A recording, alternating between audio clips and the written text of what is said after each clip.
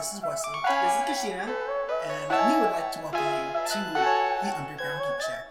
Ooh, buddy. Us using that new title. Oh my gosh, it's just so epic. I'm so happy that this is like our new, I guess, technically our new official opening. Not official opening. In the works. In the works.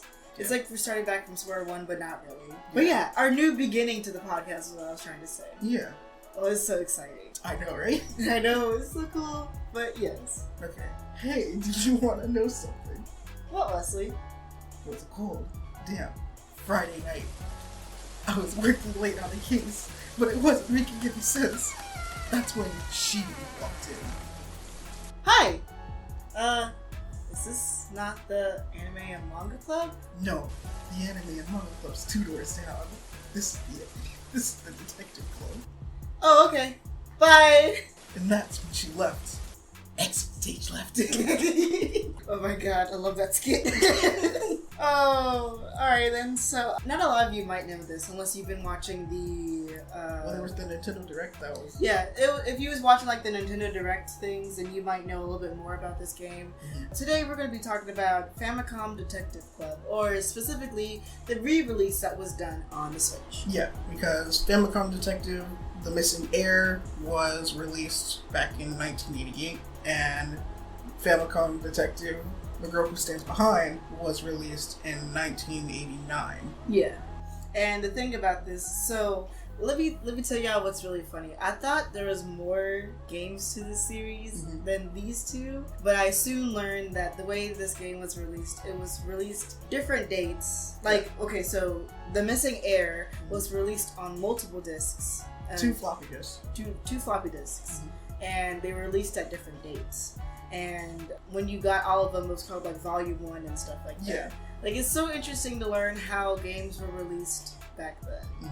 It's really interesting. But the reason why we're going to be talking about this today is because me and Wesley has sort of like a history with games that are similar to Famicom Detective and what came from this whole genre to begin with, because this was sort of like the start of a different genre. Yeah, that I find really interesting. Oh yeah.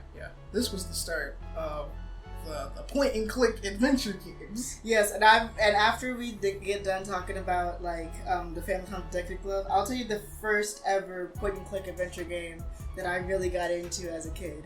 But before that, let's get back to the Famicom Detective Club. So, when I first heard about this, I was actually like really excited, and I bought the game the second day it came out because I thought, so fun story, I thought they said, oh, it comes out in June. So I was like, okay, yeah, I'm going to save up some money and wait until June comes out. Yeah. No, it came out during May. Yeah. And it came out when I wasn't expecting it. I literally remember coming home from work, going onto my Switch, and I was like, huh. So I was about to play Persona 5 Strikers. I was like getting ready to sit down, relax, play it. Yeah. And you know how when you turn on your Switch, you get the startup screen, but you also get the 3 news on the side. On it, it said, Famicom Detective Club, released yesterday, until it said the date, and I was like, it released? And so I immediately went to the Nintendo eShop and bought it right then and there. No thoughts, there was no second thoughts, there was nothing stopping me. As soon as it said, it released, I said, no. See, the way how I learned about it, because like it was still in the middle of me doing my summer class, and so I would be just taking notes for my summer class and have like YouTube pulled up on the side, so I'd have something to keep me entertained while I'm taking notes. And I hear Famicom Detective Club, and I'm like, okay, this is like an interesting game. And then they're like, it releases later this month, and I was like, okay, cool. I probably have to wait a little bit, and then I'm just like, yeah, I'm almost done with this class. And then you told me a little bit about it. And I was like, oh, that's interesting. And then once my class was over, I was like, go straight to the Switch. Get that boy. So I just haven't played it yet because, like I said, I was too busy with my summer class. And I was like, I really want to play this game, but I couldn't. So I've actually played like the first hour of it. I've watched people play it. And I've seen reviews about it. Oh, yeah. So I know about it. I know about the plot, kind of. Not like what happens, but the generalized plot of the first game, at least, which is the missing heir. So before that, I did mention that when the game was first announced in like Nintendo Direct of 2020. Yeah. When it was first announced, I remember being somewhat stoked. Like, what was your first thoughts about it when you first heard of it being announced? When I first heard of it being announced, I was like, what in the world is Detective Famicom? I've never heard of this game before. And then they were like, oh, you get to do this whole detective work. And I'm a sucker for anime games. I will say that now. But to say, if it's like a visual novel style game, you're like, oh yeah, I'm down to clown with that. The only exception was Doki Doki Literature Club. But oh well. We all make mistakes, Wesley. Me including one of those mistakes. I remember watching the Direct. Like, when the Direct first came out, it was an hour after it was released that I went down and I actually watched it, because I can't just sit and wait for things to happen. If there's a game that's like, they're showing like, oh, it's this game, and I'm like, I don't care about it, I'll skip through it. I'm like, nope, skip. So throughout that Nintendo Direct, there's some watching, some skipping, but for some reason when this thing came out, when the announcement was played, I remember watching it, rewinding it, and then watching it again to make sure I saw what I saw, because I like visual novels as well, and this was a visual novel styled game, and I was like, oh yeah, this is pretty cool. I'm gonna put it on my save list, because it was like, it's releasing 2 games at once. I was like, well, I'm guessing I'm putting both on my wish list. See, like, because when they said, oh, it's releasing 2 games at once, part of me was like, oh, it's probably gonna release the first game and then wait a couple months to release the second game. That's how I thought it was gonna be. Nope, did a bundle deal. I wasn't expecting that either. Yeah. I was so happy. I was like, because at first I was like, dang, it's $35 each game, and they're like, nope, there's a bundle deal. And I was like, yes. And I remember you were like, yeah, you might go with the bundle. I was like, sold! Take my money! So, my thoughts on the actual game itself. It looks gorgeous. It's very gorgeous. The like simple animation. Oh, I love it. So what I've seen of gameplay from other people, mind you, it's just the no commentary walkthroughs that I've seen. But the one thing I like is I like the backgrounds. Yes. And like, even if you just have 2 people interacting with each other, like, as the main focus, but then when you look at the background, whether you're in like a cafe or you're at the school or something, like, and you have like a waitress walking past, going to a different table, or like if you're at the school and you have somebody walking out of the lockers, and I'm like, yo, that's cool. So you want to know what that style of like interaction kind of reminds me of? I don't know if you've like paid close attention to Persona 5 backgrounds, where they'll have like silhouettes of people. Yeah. It's almost like that. Of course I would know about this. Yeah, I know. Remember the first time I was like, yo, that was Ryuji. So that was Ryuji walking by. So it reminds me of that when like the character is talking to another person in a hallway, but you'll see like 2 students walk down the hallway or something like that. Yeah. Nothing really incredible happens, but just those simple interactions make the environment feel more alive. And that's something you don't really see all that common in visual novels, especially the visual novels that I'm more used to and stuff like that, where it's a static background, and then sometimes the sprite will jump up and down. Like the sprite will jump up and down, or if it's I'm trying to think of. I know if it's a very important scene and it's like a different angle of the same background, but this time it's the actual character doing something. You know what I mean? Yeah. I would say, for instance, the Yuri death scene, where it's the scene still in the classroom, but she's laying on the ground dead and stuff like that. And you're just there for days on end, and I'm just like, not able to leave? Why can't I leave? Let me get out of here. You're like, what's happening, my dude? Yeah, like, those are the visual novel style games that I'm used to.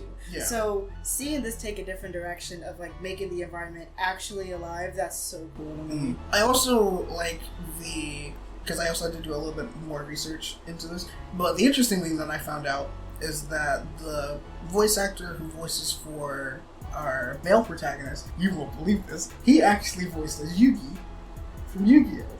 See, I've never heard the Japanese dub for Yu-Gi-Oh! Yeah, I've never heard it either. But like, from that's the pretty person, cool. Like what I've seen, like this other guy was like, yeah, that's Yugi from Yu-Gi-Oh! The Japanese dub. I was like, hold up, what? And then, now I gotta listen to it. And then come to find out that his assistant, is basically because the voice actress for her is the same one who voiced as Misty. But the thing is that she originally voiced for the same assistant back when the game originally came out. See, so what's funny is when the game originally came out back in 1988, there was no voice acting, but they did another re-release prior to this new re-release. And with that older re-release, they actually had voice acting in it, and so that's really cool. Yeah. And so when the person had said that, I was like, wait a minute, so you have Yugi and Misty over here sobbing crying.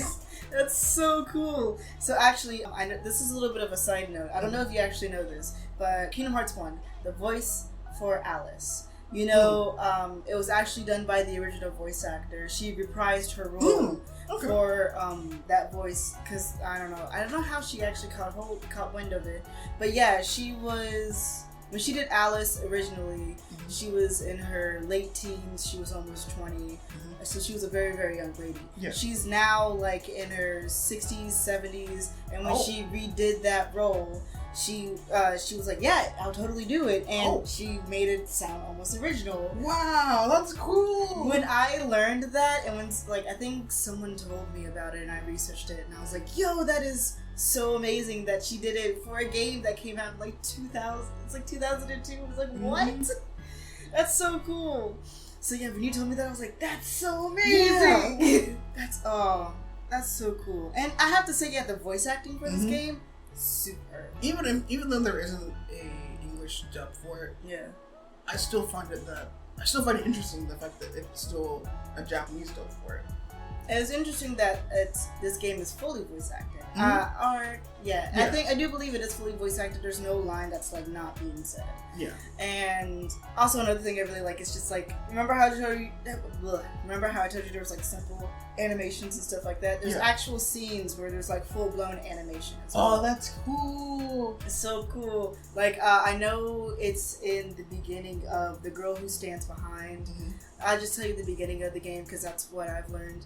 Is the main character's actually being chased by the police, and because from what I heard is that the Girl Who Stands Behind is a prequel to so basically that's how like our main character got to become a detective. Yeah. Which I can't wait to finish. I'll tell you the order of the games and why we're playing it like this. So The Missing Heir is the first game that ever came out. Then The Girl Who Stands Behind is a prequel to that game. Yeah. And I'm playing it in that order, as the Missing Heir and stuff like that. Yeah, I think that's probably the same way. I'm gonna go about the same route. But I just really like how with The Girl Who Stands Behind is like you see this, like I saw it on a review where the dude is actually running and stuff like that. Yeah. It's like a full blown animation. And I'm like, yo, that's so cool. It's just everything about this game visually is just mind-blowingly nice. Another thing I like about this game. Oh wait, music. The music. The music's pretty simple, and I really like that. You have the arrangement, which is more fitting for the new release of Famicom Detective. Yeah. But then you also have the original version of it, but I guess kind of 8-bit. Yeah, it's 8-bit. We have that, and then they also have the Super Famicom Detective that released for that system too. Yeah. And I'm like, yo, you got 3 different versions of the music. It's so cool. It's like, yes. Just when they came into this, it's really interesting that Nintendo actually decided to re-release this game. It's because like they had to dig into that vault. Yeah, they had to deep into that vault because this was a game literally, from what I know, nobody asked for. Because I think the creator of Metroid actually started out with helping out with this game, along with, I think it was also the creator of A Legend of Zelda, I'm pretty sure, and somebody else. And what's also really interesting is that this original game, and I think even the re-release of this game, it really didn't hit the States. Like, a few people here in the States know about it because back when the emulation scene really started hitting off, and people were looking for games to learn to emulate on a computer, there was also the hacking scene, not the hacking scene, but we've learned that there are some games that were released in Japan that never made it to the States, and people were like, well, I wonder what those games are like. So they would take it, translate it, do fan translations of it, and then re-release it here.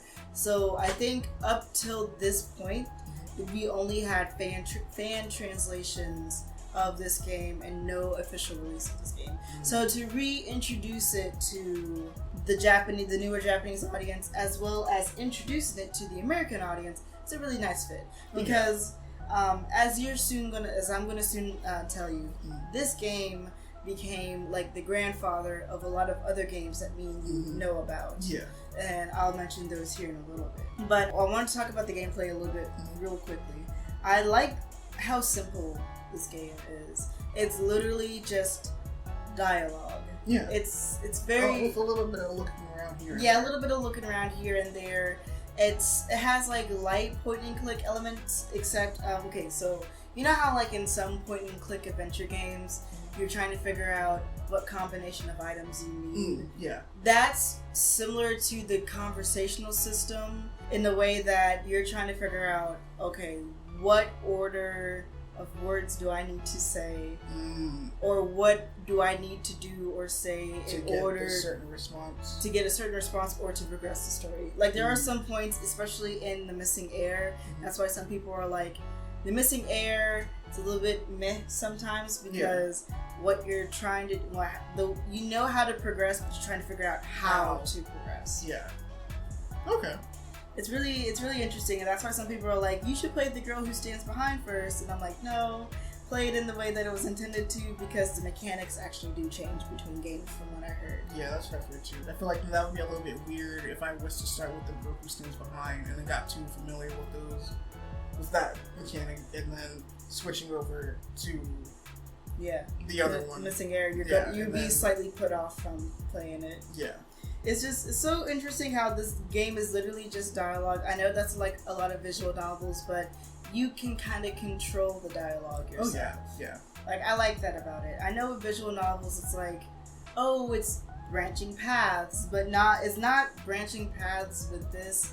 It's literally puzzle solving and you just using your head. And there's also, from what I've seen of gameplay, like I stated before, like even like if you have like someone standing in front of you and you look around, sometimes you get a reaction out of them. Yeah. Now I was like, oh, that's actually pretty smart, because like with most visual novels, like you rarely get a reaction out of the person.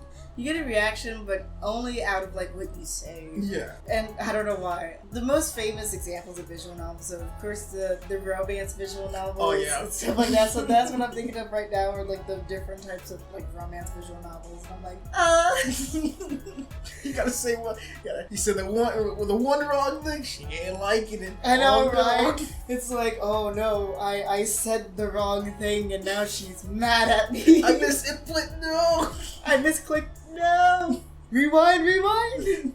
Loading save file. Dude, me whenever I play visual novels, I know this is like a side tangent, but me whenever I play visual novels, when I get to a choice, I instantly make a save right there, because you don't know why. If I click the wrong thing and all of a sudden they're mad at me, guess what? Boink, going back to that choice. Yep, like, do the same thing. So it's obviously this choice is what I have to choose. Yep, I do the same thing. I'm like, oh, you giving me a choice? Let me put a save file real quick. Let me do a quick save there, buddy. Let's choose this one. Why would you say that? Nope, go back. We're gonna choose this one. I'm so glad we think the same. Yeah, I totally think the same like you. Exactly, I didn't just choose your wrong option. I am not going alternate timeline. I am not going down the bad route. Please do not make me do this. Then after you finish the good route, you're like, alright, time to do all the routes. Go down the bad route. She's like, girls, we taking them down. Like, oh no. Be the freaking Valentine's scene from Persona 5 Royal all over again. Take this chocolate before I crush them. Okay, Haru, calm down. Put down the axe. Put down the axe, please. So yeah, playing this game, I can see how it grandfathered some of these games that I'm finna mention. You know one of them, but let me talk about this one first, because this is the one that I really grew up on when it first came out on the DS. Actually, I didn't get it when it first came out, but I grew up with it with the DS into the 3DS. The Professor Layton series. Oh yeah, you love that one. Yes, it is my favorite. So this game really did grandfather this in the fact that you're solving a grand mystery. Like I know there's a lot of puzzles when it comes to the game. That's the main mechanic is it's a puzzle game. Yeah. And the whole solving a grander mystery is almost like a side thing as well. Your main focus is the puzzles. But I could see how this influenced this, because you have to talk to people, you have to figure out what all you have to do in order to continue. Usually it's like solve a certain puzzle, or talk to this certain person, go to these places and stuff like that. I could see how this grew up from this. Yeah. And I could see how just solving one particular case could be like kind of going stale if that was all that you were doing throughout the game.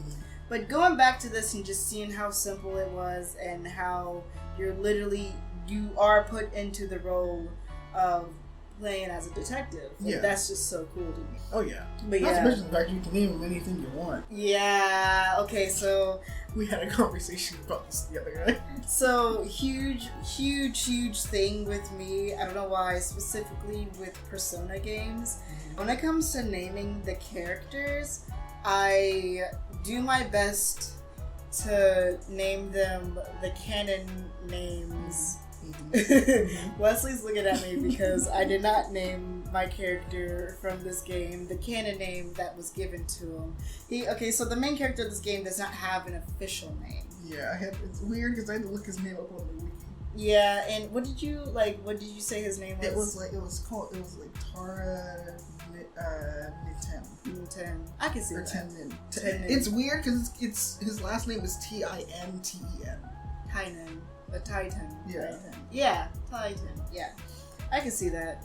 And I didn't name my character that. I didn't look up a main name, like the I was just name. curious. The only reason why is because I was curious because when I originally watched the Nintendo Direct. Oh my gosh. You good? I hope so. Oh my god. But when I had watched the Nintendo Direct, one thing that caught my attention was the nameplate. Because usually it either says you or it'll say such and such, such and such. But when I looked at it before it instantly did the transition to another name, it said Tara. Tara.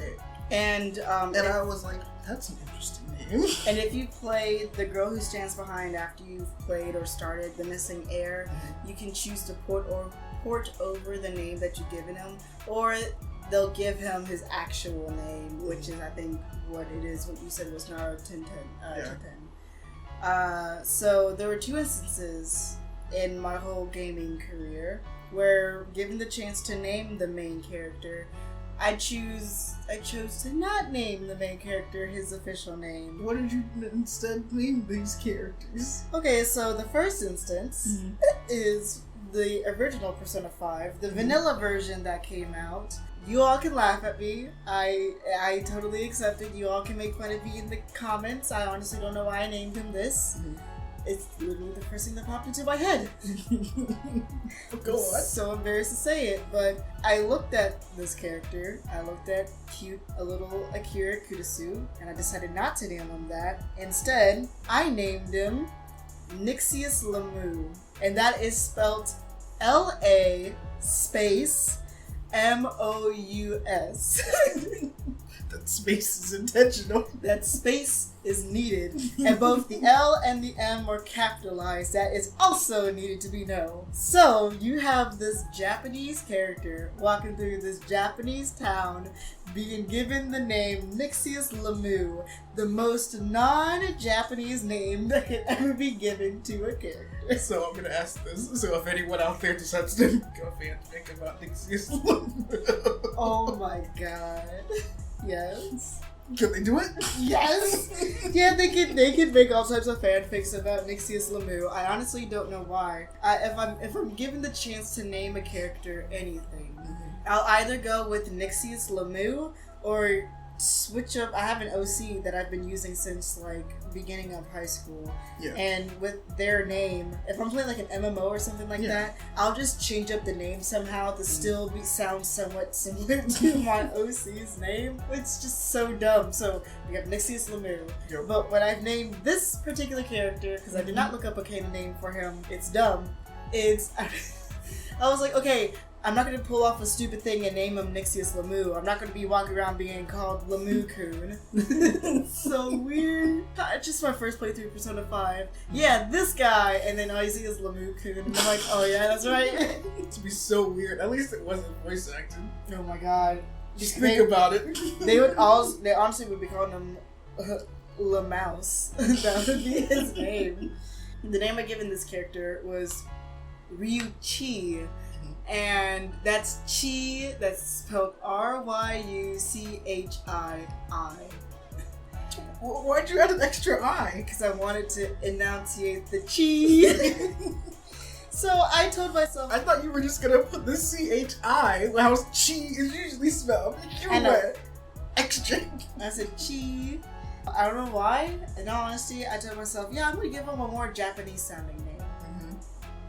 Ryuchi, this was shortly after I told you. I came off the heels of playing Persona 5 Strikers a little bit. I was dealing with Ryuji. Yep. So I was like, yeah. It sounds like you just took Ryuji and just tweaked it. Yeah, it's to Ryuchi. Or I think, no, actually his name might actually be Ryushi. But I do remember I have an extra I at the end. Is he a Shigami? He's a Shigami. Sorry, I went into Death Note a little bit. No, you're all good. But yeah, no, I did. Yeah, that was the dumb thing that I did was I thought I was thinking of Ryuji and I was like Ryushi. But yeah, no, that's the story of how I usually name my characters. Either it's something dumb like Nixius Lamu. See, if it's like, for me, like if it's like a male character, sometimes if I have no clue what their actual name is, I just name them Wes. You name him Wes? Because I was like, I want him to... Because that's what I do. I want him to fit the environment somehow. Sorry, I'm reminded of Yunarkini. The worst mistake I ever made. But the, like, okay, so, slight tangent. So, Kushina and I went and got Persona Key 2. Yeah. And so, we both got to the point where the Persona 4 game meets the Persona 5 game. Yeah. And so, you have the option of naming MC for Persona 4. Yeah. But it doesn't give you enough space to actually put their full name, so I had to take out a couple of letters. Oh my god. And so instead of Yuna Arkami, it was Yuna Arkimi. Yuna Arkimi. It's oh no what, but that made you laugh so much. Because it's so cute. Makoto Aristo. I said Aristo. You said Aristo. I said he's not Hispanic. Sorry, enough with the side tangents. Back to Famicom Detective Club. Aristo shall live forever. Aristo. I'm sorry. Back to Famicom Detective. Famicom Detective Club. Thank you. My brain is not working. What's it? Another game that came from this. Oh, Ace Attorney. Yep, that's what I was going to mention next. But seeing as how I'm still in the middle of playing through it, but you've actually seen a playthrough of it, how about you talk about this one, buddy? It's weird because I have not touched Ace Attorney in I haven't touched Ace Attorney at all. I've only seen gameplay of it, and I've seen like gameplay of it from Johnny Awesome and then from other people too, because I gotta view my options. Yeah.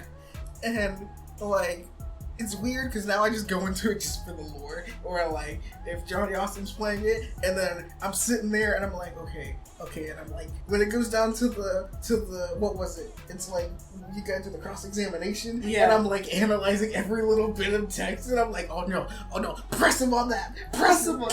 Okay, so actually I have played one Ace Attorney game completely through, and that was the Ace Attorney and Persona. No.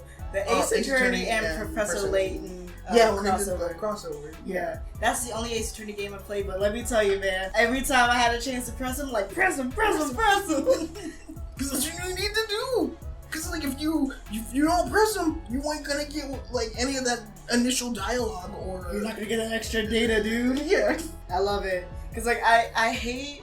Let me tell you the one thing that gives me so much anxiety. When you've made so many mistakes and you're down to like 2 more chances, and you're like, I want to make a mistake again, right? And so you press them, and then you go through like the whole cross-examination, and you're like, which evidence do I use to like counteract like, you know, this thing?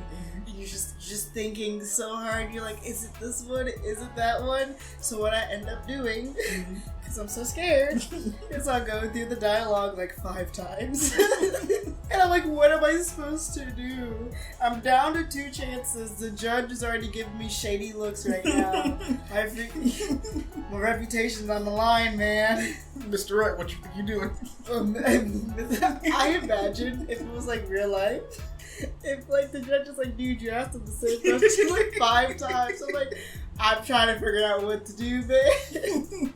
The judge is probably like, if this man doesn't get his act together, you're questioning him 5 times. We got places to be. I was supposed to have a dinner reservation. Dude, let me tell you, man. Me, whenever I play through Ace Attorney, like I'm playing through the first game, but I'm not done with it.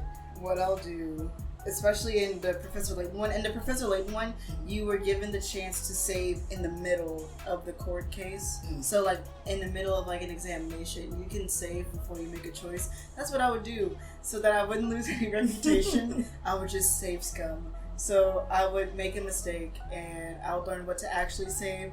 I'll turn off the game, turn it back on, start up from where right before I made my mistake, and then say the right thing. So that I went through all the cases again 100%. I know I'm such a terrible cheater, but still, I didn't want to make any mistake, guys. It's alright, I think I probably would have done the same thing. I was like, if I could do that in the original Ace Attorney, I'd freaking do it. Oh yeah, just like, oh man, those trials are crazy. Oh man, them trials get crazy. But yeah, I do like the Ace Attorney games because of the lore, not of each case, but of what's happening outside of the cases. Yeah. Because the story of Phoenix Wright, Miles Edgeworth, Oh, poor Edgeworth. I've heard that he has a really rough life. Like his dad was killed in front of him and stuff like that. I was like, oof. Yeah. I like the lore behind it and the fact that one more thing while we're on Ace Attorney right now is have you ever played any of the Capcom versus Marvel games? Yeah. You know that he's in there, and Phoenix Wright is in there. I remember there was one time because I played it back when we were in high school, and I was like, because I was fighting someone, and they're like, yeah, pick your characters, and I was like, okay, and I picked Phoenix Wright for some strange reason as like an assistant, and I'm like, why do I have a lawyer on my side? I'm like, he can't even fight. And then, like, I'm sitting here fighting, and all I hear is objection. And then, like, and it's funny because, like, all I hear is objection. And then, the character went flying across the screen, and I'm like, okay, I guess he's good. Dude, so, like, what's so funny is I was playing Marvel vs. Capcom in front of my parents one time, and I recognized Phoenix Wright. I haven't played any of his games yet, but I knew who he was. Yeah. And I was like, oh my god, they have a lawyer as a fighter. It's so funny. And my mom's like, who? And I was like, oh, he's on the Capcom side. And I pointed over. And so I was like, I'm going to play him for the lulz. So I actually made him my main character that I actually fight as. And one of his moves is he takes out, you know how like he'll slap the paper when he's talking? What he did makes me laugh so hard was he would walk across the screen slapping the paper and that would cause damage. Like if the other character just so happened to be in the range of him slapping, it's literally just bah bah bah and it's just him walking across the thing and you see the character going ooh. I'm like, just taking the damage. I'm like, what are you taking damage from? Accusations? What is happening? I know there was one game that I had played on my DS, and it had Phoenix Wright in there, but there was like an amalgamation of like different anime and different video games like compiled into one. Cool. And like it was weird because like it was like this big overarching villain, but like they put them all in different places, so everyone had to work together.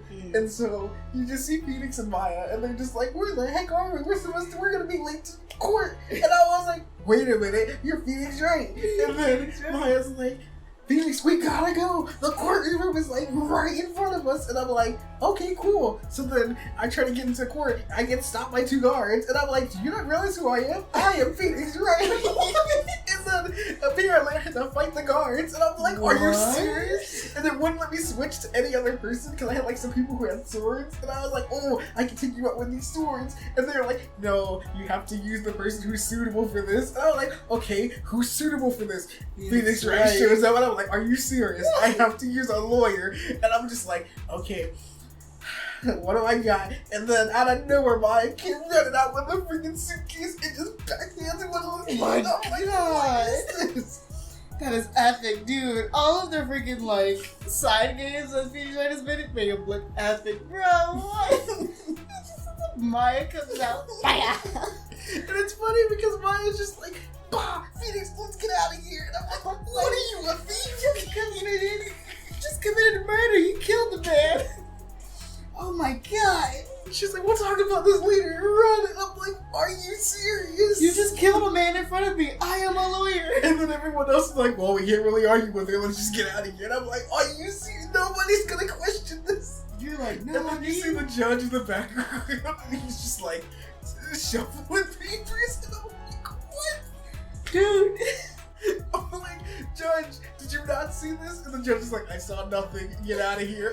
Get out of here. And I'm like, okay, Judge, I got you next time. We all these now. Oh my god. I like how we just went up on an Ace Attorney tangent. We should do an episode on Ace Attorney. Probably. One day. Another game. We've mentioned this before, that this game obviously kickstarted visual novels in a way. To the visual novels that we know today. The one that this gives me heavy vibes on, or the game that reminds me so much of this, is Danganronpa. Oh yeah. I haven't finished Danganronpa. I've had Danganronpa 1 for the longest time. I haven't finished it, but I finished the first trial. And I could see how this also grew from Famicom Detective. Because it is you collecting data, you are trying to solve a mystery, and you basically play as a detective yourself. Yeah. And you're trying to learn the truth and figure out the truth through dialogue. And that's what Danganronpa is making accusations and seeing people's reactions to try to figure out, alright, well, this is what happened. Yeah. So I could see how this came to be. Now, I don't know if you've ever played this before, but this is a game from my childhood. Mm-hmm. I think it was made by the same people who did like all those learning adventure games, like Reader Rabbit and stuff like that. So you know Putt Putt, right? The purple car, Putt Putt? Yeah. I haven't played any of those games, but I played a game that came out before Putt Putt. Mm-hmm. It's called Spy Fox. Why does this sound so familiar? I think if I was to pull up a picture of him, you might know him. But I've played Spy Fox in dry cereal, and it's literally a fox that's supposed to impersonate James Bond and stuff like that. The internet's a little bit slow in here. You can hold my phone while it's trying to load. But no, so Spy Fox is literally a point-and-click adventure game for kids, and it's just so epic. Oh! Yeah, I remember this. Great, now you're taking me back. Dude, that's what I'm telling you. Like, Famicom Detective Club remind me so much of Spy Fox, except it's not like the cool, suave. He doesn't speak with his British accent, but like, you know, he has all like the gadgets and the James Bond feeling. Almost reminded me of like, what was it? It was like Go-Go Gadget. Inspector Gadget. Yeah, Inspector Gadget. Go Gadget, go. Sorry. But yes, definitely. It reminds you of like, you know, Inspector Gadget and stuff like that.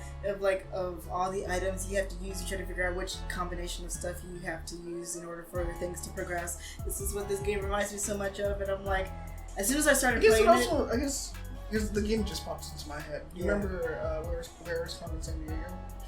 Oh yeah, where in the world is Carmen Sandiego? Yeah, yes. Because like in that game, like at first I never knew it was a TV show.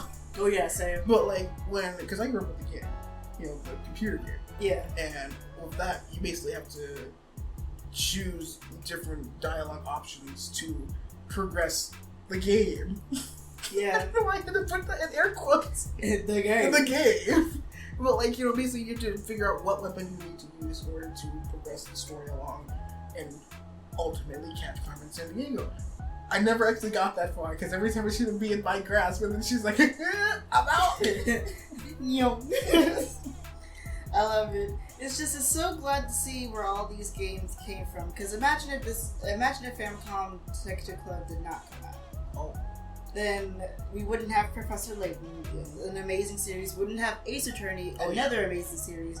Visual novels probably wouldn't be what it is today. Yeah. And we wouldn't have Spy Fox and Carmen Sandiego. Yep. It's just interesting to see where roots take place. Because, albeit, I watched some gameplay of the original game, and I'll tell you, it's clunky. Oh, yeah. It's a lot of menus. You don't get lost, but you'll get lost in the menus. I got lost in the menus just seeing, like, B-roll footage of it, and I'm like, how are you supposed to navigate this stuff? Especially for it also to only be in Japanese, too. Yeah. Like, oh, boy. Like, it just gets so confusing. And just... Actually, like, the whole game is literally just dialogue between people. And you're like, it's just, you're an actual detective. It's just so cool. Yeah. I love it. I like this game. I'm gonna have to definitely, like, take the time to actually finish it. Because from what I've heard, each game... take the time to start it. Each game only takes about, 8 hours to finish, so it's not a long game. Yeah, that's what I've seen, like, on YouTube. Like, somebody posted, like, the entire, game, and it was 8 hours worth, and I was like, oh! Okay. Yeah, it's a fairly short game. It's not like some visual novels that I know that'll take 20 hours to finish. Yeah. Dramatical murder. But, no, it's so cool. And yes, it's very simple. There's no multiple endings and stuff like that. If you mess up with the dialogue thing, literally the only thing that will happen is the character will be like, I don't know what you're talking about. Mm-hmm. And then you're given another chance to, ask a different question. Mm-hmm. So it's very simple. Yeah, seems simple enough. Yes. We should totally play it after this. Oh yeah. Definitely. We're just gonna go back and just be like, alright, time to play Famicom Detective. Also, one other thing before we end is the amnesiac trope. The fact that in The Missing Heir, our main character has amnesia. That you wake up and don't even know who you are. But I will say the interesting thing is that they at least explain what happened. The fact that you fell off the cliff.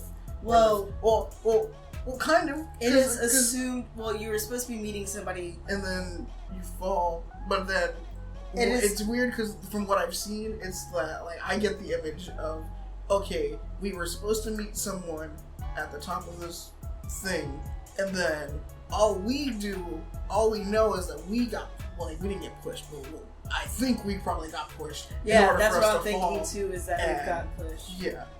Whereas, because our protagonist is just oh, I fell, but I'm just I don't think if you just went up there just to meet someone and then you just so happened to fall, I don't think that's the right thing. Because somebody probably came in with I need to get this guy out of the way. I need to get this guy out the picture.